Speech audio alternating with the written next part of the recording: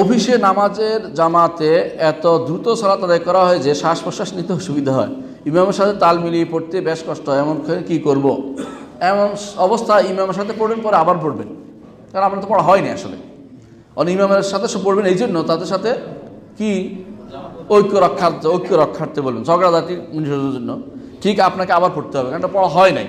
সলাতের আরকান তাদিল আরকান না হলে সলাত হয় না, এইটা মনে রাখতে হবে। যে উঠিয়ার নামে কীভাবে যে পড়ে এক একজন, মানে দেখবেন যে আপনার 2 রাকাতের সময় সে 10 টাকা করে ফেলছে।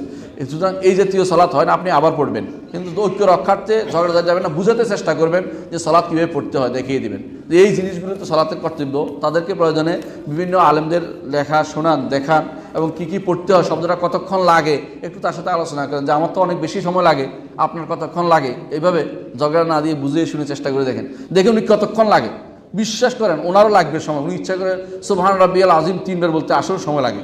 উনি সময় সমসম তো সলাত না, সমসম করতেছে, আবারও সাল্লাহ করতেছে, কিছু না। এগুলো এই জন্য ওনাকে বলেন যে আপনি 3 বার সুবহান রাব্বিয়াল আযীম করতে কতক্ষণ লাগে, আমি মিনিট ধরলাম, দেখি তো বলেন তো, দেখি উনি কেমনে বলেন, দেখবেন ধরা খাই দেবে। এরপর বলুন উনি আপনি এইভাবে সলাটা আদায় করেন, আমি তো পড়তেছি আপনার পিছনে, বুঝেই বলেন ওনাকে, ঝগড়া না করে সুন্দর করে আস্তে আস্তে বুঝিয়ে বলেন, আশা করি উনি শুনবেন।